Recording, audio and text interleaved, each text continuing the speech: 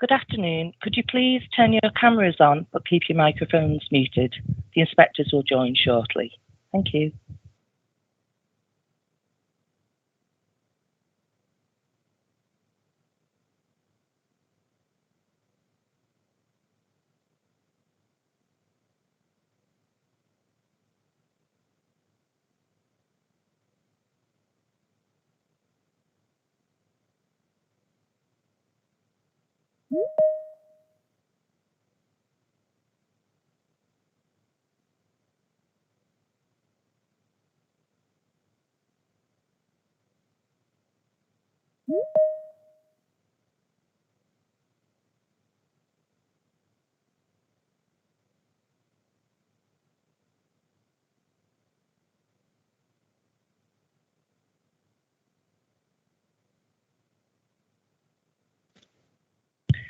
The inspectors have joined the meeting and will now take over.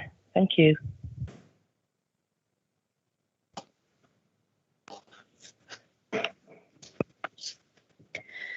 Good afternoon, everyone. Excuse me and welcome. It's now 2 p.m. and time to open the hearing session on matter 21, Halton Centres. Can everyone see and hear me okay? Thank you. I believe it's only ourselves and the council, no external participants. So if that's the case, I'll dispense with formalities and also introductions. I'm sure we all know each other by now. But before we go into the discussion on the retail and town centre policies, Mr. Troy just wanted to clarify one of the action points from this morning's session. So I'll let Mr. Troy do that first. Thank you. Okay, it's just in relation to matter 24 relating to minerals. I think basically there was a discussion on policy HC1-HC10 relating to minerals, and there's a suggested modification from the statement of common ground from Historic England. And basically the question really was whether that was basically those changes were justified or not.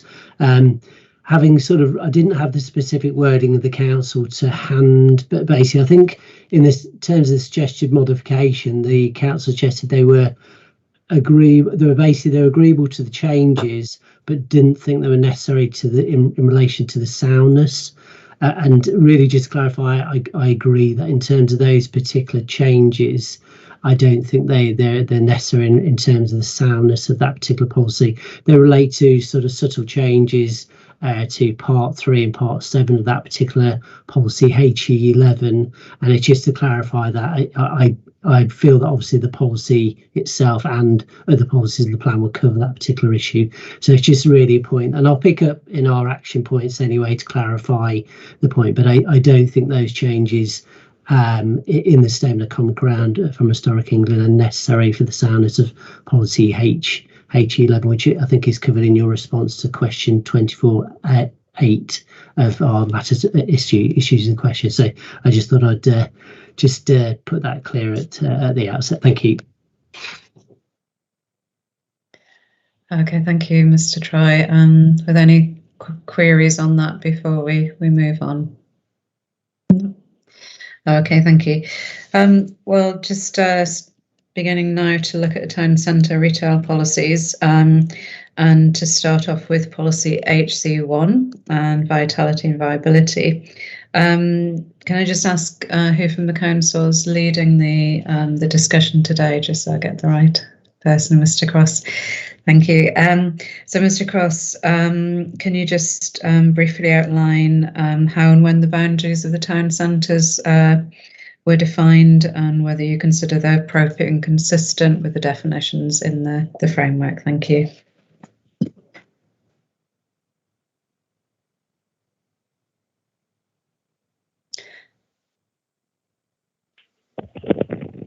Sorry, I've got a microphone on the top of my head. I apologise.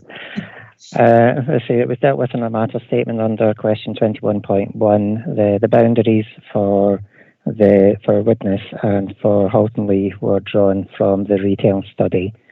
The boundary for Runcorn was largely drawn from the retail study, although there is a slight divergence in that we excluded the proposed residential allocation R69 from within the boundary. And yes, we believe they are still consistent with the MPPF guidance. Okay, thank you. And in relation to Halton Lee, I believe the extent of the town centre boundary has been reduced.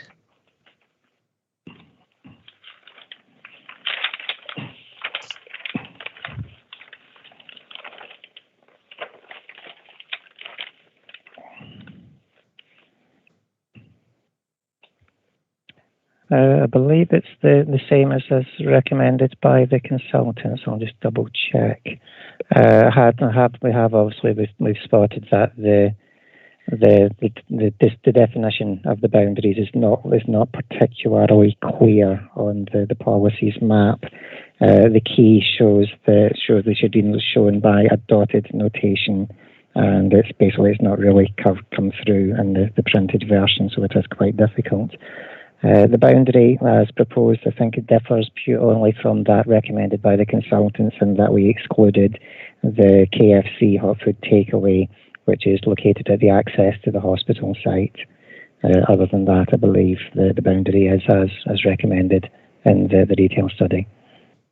And it excludes the areas subject to mixed-use proposals that we discussed in earlier sessions.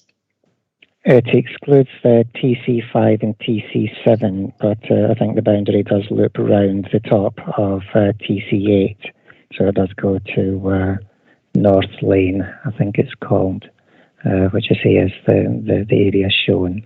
The darker blue notation with the cross hatching is the primary shopping area, and again that is consistent with the recommendations from the consultants. Okay, thank you. And in Runcorn, Old Town? Again, I say the extent of the town centre is being reduced from shown currently in the previous UDP, but the definition again is consistent with the recommendations, I believe, of the. Oh no, sorry, the consultants. Showed the town centre boundaries like extending slightly further up High Street towards Runcorn Pool, basically the canal basin, and effectively we considered that area didn't serve any function, town centre function. It's a sort of a mixed area and change. It's seeing pressure to head back towards residential. So we did decide to exclude that area.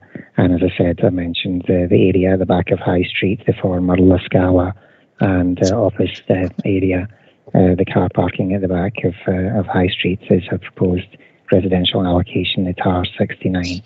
So again, we felt that to avoid confusion that we would exclude that site from the town centre boundary as well. Okay, thank you. And as discussed in earlier sessions, there can be some benefits to consolidating the extent of the town centre and primary shopping area to help sort of ensure footfall retains high in those areas. Yes, ma'am. I mean, obviously the centres are very important to the local community, and the councillors are very, our local members are very protective of the town centres. I think in the previous plan, whenever we classified the Old Town as a district centre, that did take some persuasion in terms of it's the appropriate size and scale and its function within the retail hierarchy. We felt in planning policy terms that distinction was warranted, but I say it did generate a lot of concern from members who are very keen to see that we do promote the vitality and viability of the centres, because they obviously see them as being the heart of the local communities. Okay, thank you. And just looking at the sort of thresholds set out in table HC1-1 for the need for a retail impact assessment, can you just outline the sort of justification for those thresholds, and particularly where that threshold's lower than the sort of default threshold in the framework? Again, ma'am, that's drawn from the retail study as set out in our response to 21.2 in our matter statement. We believe the thresholds, to say, they're drawn from the study, which is, I think, is paragraph 17.18 to 17.28.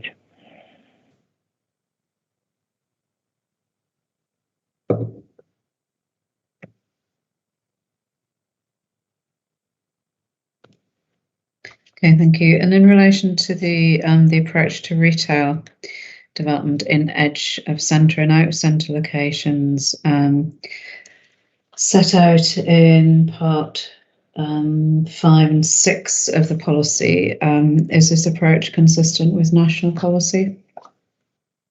Yes, ma'am, we believe the approach set out in the plan is consistent with national policy. HC1 sets out a sequential approach to the choice of retail locations, which is consistent with MPPF para 86. Okay, thank you. I just had a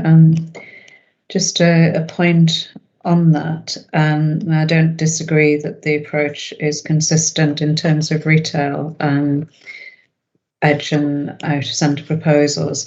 One query I did have, though, is obviously paragraph 86 of the framework states that local planning authority should apply a sequential test to planning applications for main town centre uses. So not just retail, which are neither in an existing centre nor in up-to-date, in accordance with an up-to-date plan. Obviously part 6 applies the sequential test to retail proposals. I just wondered how other town centre uses would be considered within the context of policy H1. And obviously just bearing in mind that the sort of classification of edge of centre is slightly differently defined for retail purposes as compared to other main town centre uses, which is picked up in the glossary to the plan, I noticed. But the plan seems silent, I guess, in terms of other main town centre uses in edge and out of centre locations. And I wondered if that's something the council had considered, for other town centre uses other than retail. Yes, ma'am, and obviously one of the key other town centre uses is office, and obviously I think it is set out in the introduction to the plan, where we talk about the sort of the history of the borough and the general layout, and I think we do discuss in that section with relation to offices that we don't have a traditional town centre office market. The offices, I say in terms of Runcorn Newtown, they did have some office accommodation located around Halton Lee, but as you probably have seen, say there's that the office market hasn't been sustained within that locality. And I say we've obviously had Castleview House go for residential. We've got Grosvenor House in the process of going for residential. We've got East Lane House, subject of the mixed-use proposal that was set out by Mr. Plant at a previous session. The new town effectively focused more on peripheral employment estates, and therefore we have obviously the likes of the Daresbury Park development and the office developments at Preston Brook.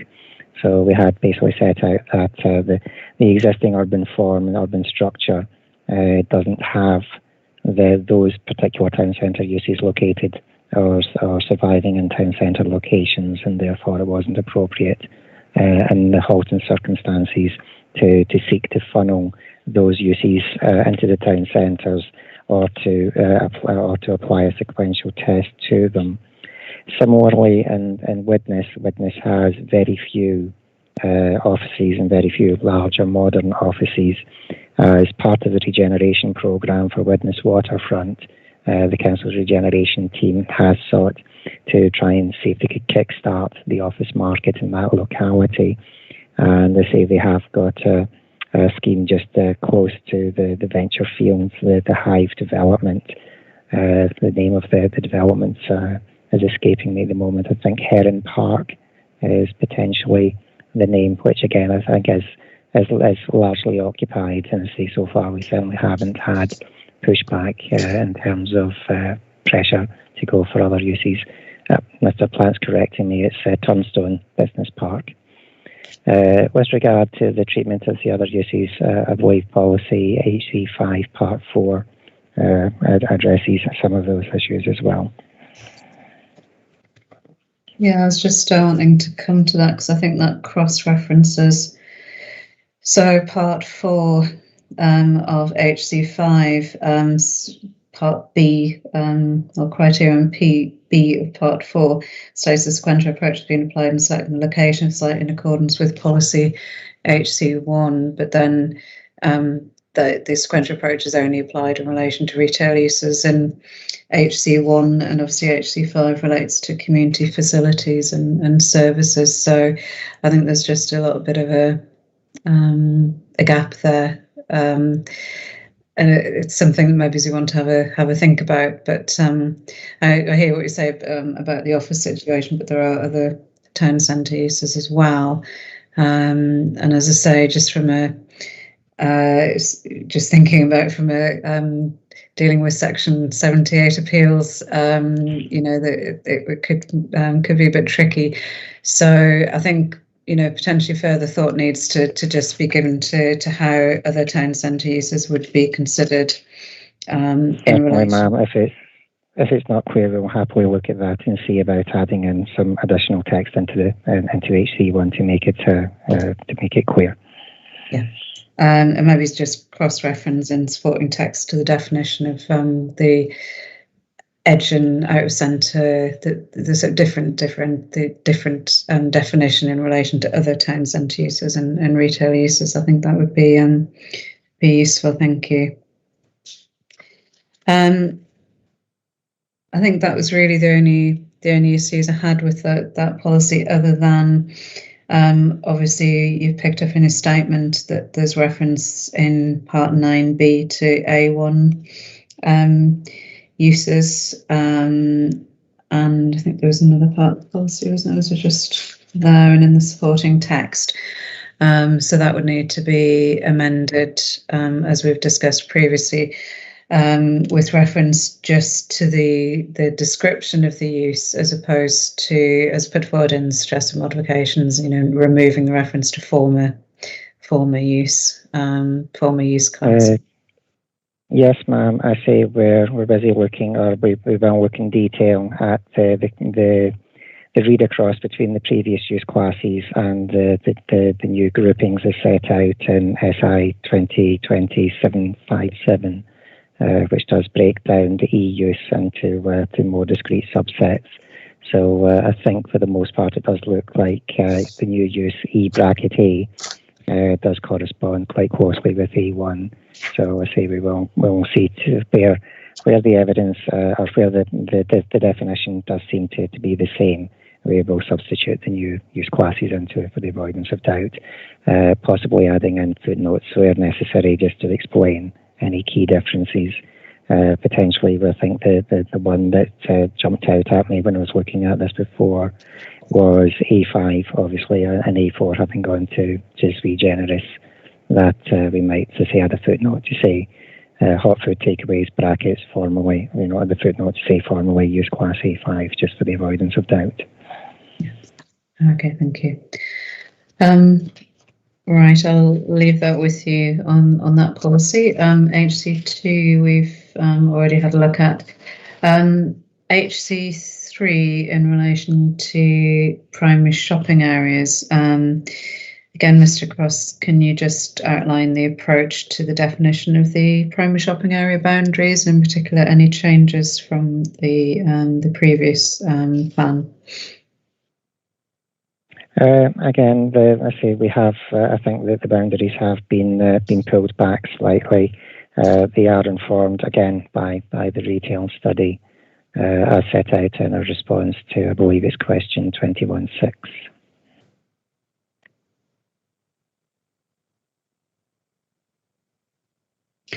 Okay, thank you. And obviously, the same issue applies in relation to the use classes and the description of those uses, which I'm shows in hand. Mr. Cross, can you just set out the basis for the threshold of 60% for the proportion of A1 or former A1, A2 and A3 uses in the policy? Yes, ma'am. Again, as set out in a response to question 21.7, I say that does represent a reduction in the proportion, or sorry, an increase in the proportion of non-traditional retail uses being allowed within the centres. The retail study did look at, obviously, the V&V issues. However, I believe it didn't actually recommend a specific proportion. So effectively, we've had to exercise judgment. It's a bit of a balancing act between ensuring that we maintain vitality and viability, avoiding the introduction of vacant units, but also trying to avoid the introduction of an overpreponderance of bed daytime frontages. We felt that the 60% figure was struck was the appropriate balance in that regard. Obviously, with the changes to the use classes order, the new permitted development rights, this policy is slightly redundant, and that a lot of the uses, the changes that would probably have been caused by this policy are now be permitted change. However, we think it is still appropriate to retain the policy so that any change that does require permission we have the appropriate policy framework in which to assess those applications. Okay, thank you. Yes, and it would be interesting to see what the revisions to the GDPR anticipated in August are going to say as well on that front. Okay, I think that was really all I had on that policy. Policy H4, shopfront signage and advertising. Can you just set out the approach to the policy and your views on consistency with the framework, please? Yes, ma'am, I'll address that one. Policy HC4 is consistent with the MPPF, paragraph 132. The policy requirements protect the quality and character of places in order to avoid advertisements being poorly cited and designed. The policy is also in line with the government-produced document Outdoor Advertisements and Signs, a guide for advertisers. Finally, the policy does not go above and beyond the requirements of the MPPF, where advertisements should be subject to control only in the interests of amenity and public safety, taking into account the cumulative impacts. And the policy is similar to that of one that was in the historic QDP, well, will be historic hopefully, which has been useful and effective from a DM purpose. That's our justification and effectiveness of the policy. Okay, thank you. And just looking at the policy, there is a point I raised on part 4B, just in relation to this cross-reference with HC1. So just be mindful of that when revising HC1. And obviously, in terms of part 6, there would be the updates to the the sort of description of the uses, reflecting the changes in the use classes order. I didn't have any other comments in relation to that, but that policy might be useful just to, I think we might have touched on it in previous sessions in relation to the Halton Hospital campus. Just give me a bit of background on that, please. Yes, my colleague Anne Moyers will be dealing with that HC5 policy. Yes, sorry, I've got a little connection issue. Yes, HC5, the local plan considered a few policy approaches to the hospital site, including undesignated, a mixed-use area, or as a standalone policy. The approach to including it within HC5 was considered most appropriate, as it highlights and protects the importance of the hospital as a community facility, serving the people of Halton and Warrington. The importance of planning for the community facilities is supported by guidance in paragraph 92 of MPPF.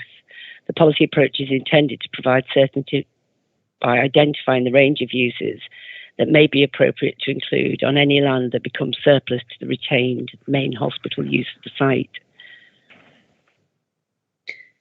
Okay, and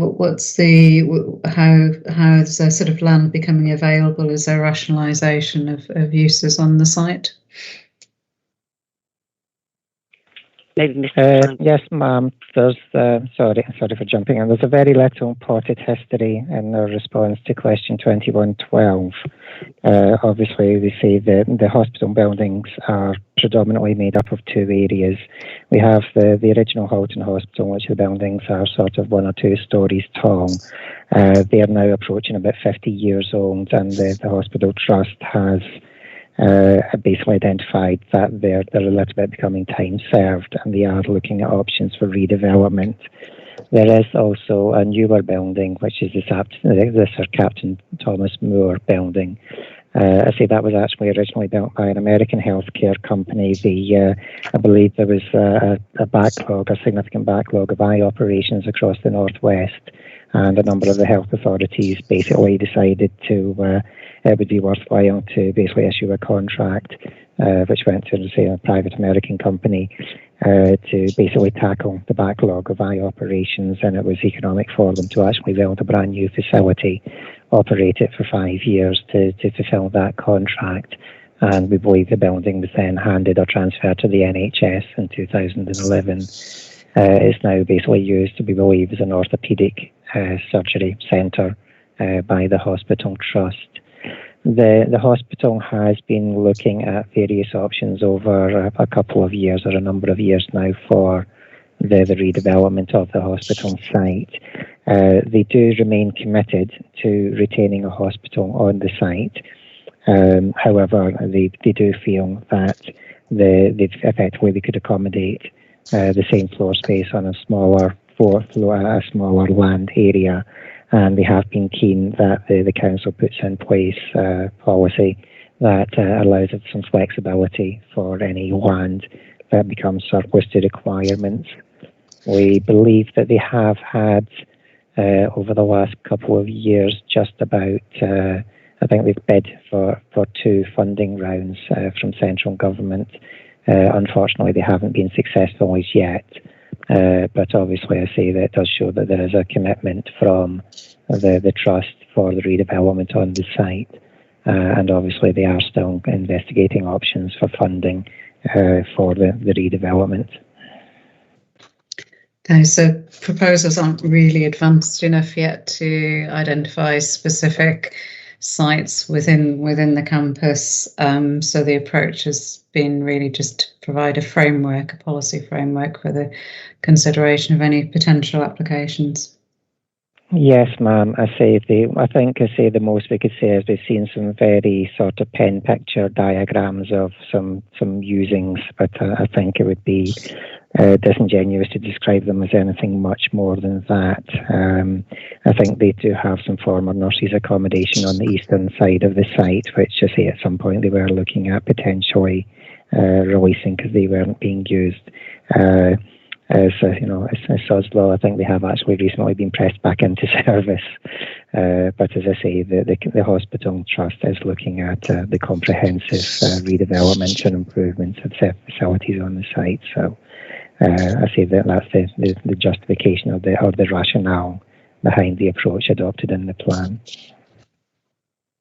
Okay, thank you. So obviously, yes, if the council could just look at the modifications in terms of the update to the use classes order. Were there any other modifications in relation to that policy? No, none proposed.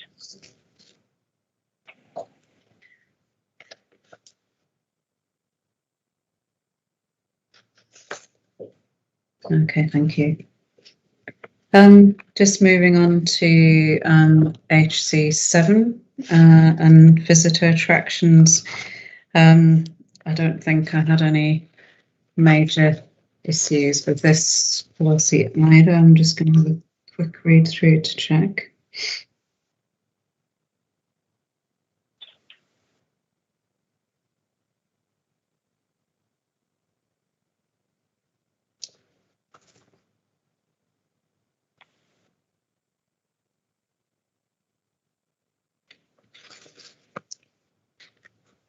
No, I don't think I had any issues with that policy.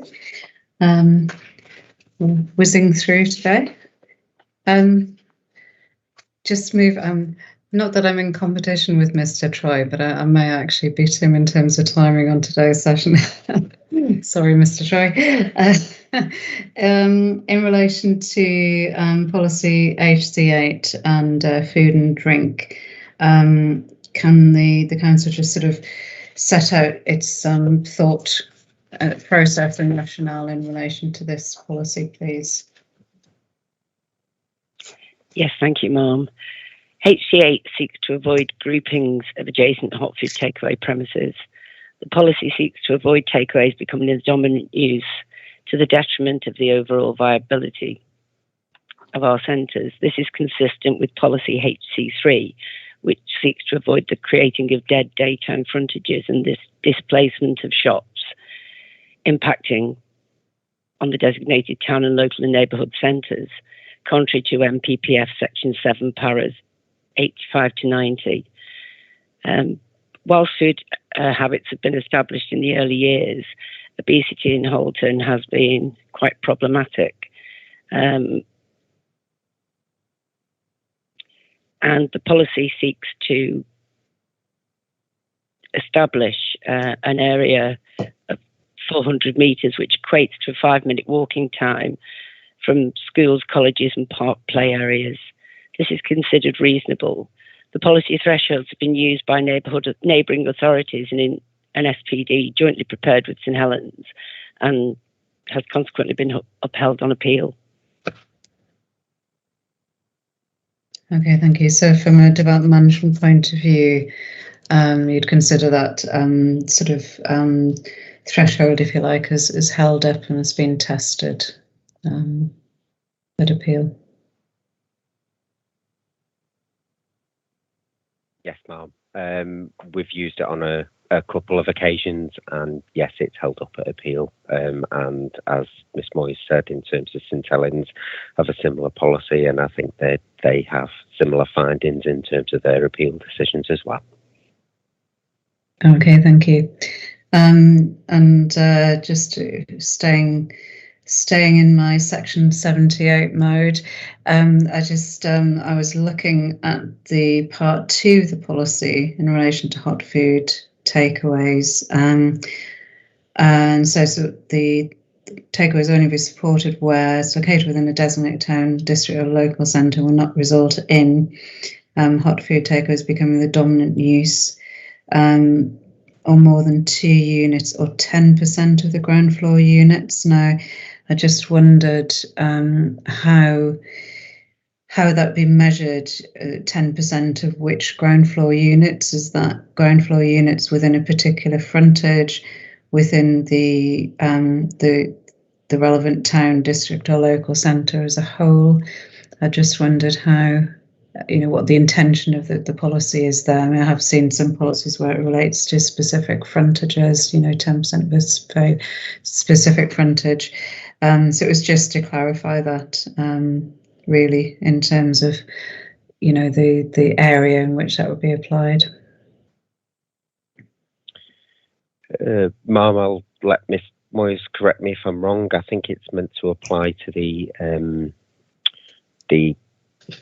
obviously with local centres, the local centre as a whole. I think with town and district centres, again, as a whole. I think part of what we were looking to do here was actually to apply some clarity. In the SPD previously had a slight mismatch with the allocations in the local plan. So I think it was intended that this would carry through, but obviously if I'm incorrect on that, I'll let colleagues correct me.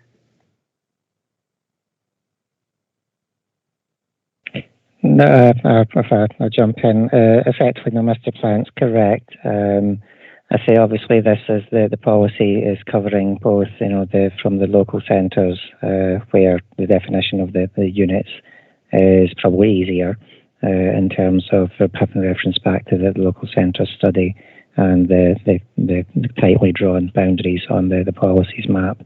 Yes, it's not overly clear as to how it would relate to the district and town centres. So we'll have a look at that wording to basically add some clarity to assist our development control colleagues going forward. And inspectors, thank you.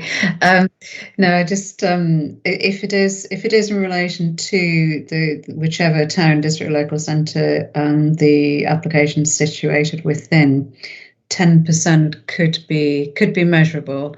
I did wonder though, it states more than 2 units or 10% of the total ground floor units now within a town or sort of district centre. 2 units might be a bit prohibitive in terms of such uses. So I don't know.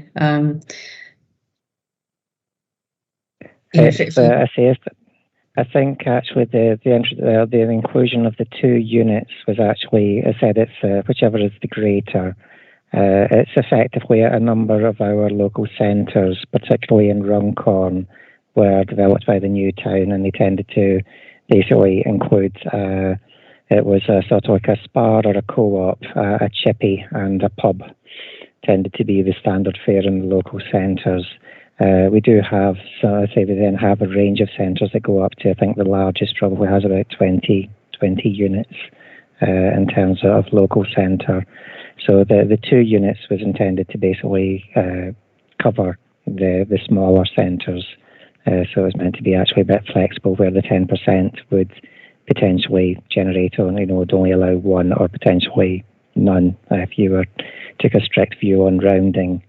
And say the 10% was probably intended to say for to cover the larger centres or the larger areas, so probably the likes of Runcorn, Old Town, and the primary and secondary frontages within Widnes and within Halton Lee. But we appreciate that it's not entirely clear, so I say we're happy to have a look at that to add clarity. I think that helps to clarify in terms of the brackets, whichever is the greater, that would allow more than 2 units, obviously in a larger centre. But I think just clarification in terms of what the 10% applies to, the actual centre, whichever centre it's situated in. That would be useful. Thank you.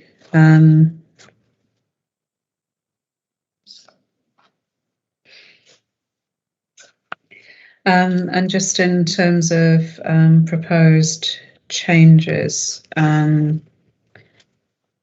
again, just in relation to the use classes order, were there any other changes apart from those? No, Mom. No. Thank you. Right, well, I'll have to check the time. I think I may have beaten Mr. Troy on his session this morning. Okay, sorry, Mr. Troy, just to sort of discuss a little bit tomorrow's session. Obviously Mr. Troy is leading the sessions in the morning. We have monitoring as well, and the discussion on the HSC concerns, which you'll see there's been some information submitted, which we have allowed, I think, to enable progress on the matter and hopefully a resolution to the matter. But we have said that the council can have 7 days to respond to that in writing. Just out of fairness, really, and to be consistent, given that it's come in late. Were there any questions on that particular matter for tomorrow? I think we're very much in the same boat. We'll be reading that information tonight. Also, just to put you on notice, I think it would be useful to go through the list of action points in tomorrow's session, in the closing session, just to look at progress on those action points. It might be quite useful, Ms. Donnelly, to have an updated action list for that. and then we can run through the points and see where we're at and agree timescales for submission of that information. And that would help us plan our work in terms of taking any modifications forward. So if you could just have a look at that in advance of tomorrow's session, that would be useful. Thank you. Mr. Riley-Smith. Yes, sorry, Mum, it's not so much a question perhaps about the HSC representation, but a comment. And I know already from what's happened before, Mum, that I think the council and yourself and Inspector Troy are entirely on the same page here. As I may, at the start of tomorrow afternoon's session, just politely remind the HSC what the scope of the examination is and what you're here to do and not here to do. From an initial read through of their representation, I don't think the term soundness appears once, or sound either. And I think it may just be important to remind the HSC of sort of the purpose of this process currently in relation to the plan. Mum, I hope you won't mind if I perhaps do that at the outset of tomorrow afternoon's session. Okay, that's fine. I mean, we may overlap. I was going to do similar things, so but by all means, from the council's perspective. So, were there any other points, Mr. Troy? Did you have any other points before we close? No, I think that covers everything. Yeah, I think that covers everything till tomorrow morning. Okay, well, thank you for your contributions. I think I've exceeded my own record for speed there, and we shall see you tomorrow at 9:30. Thank you very much.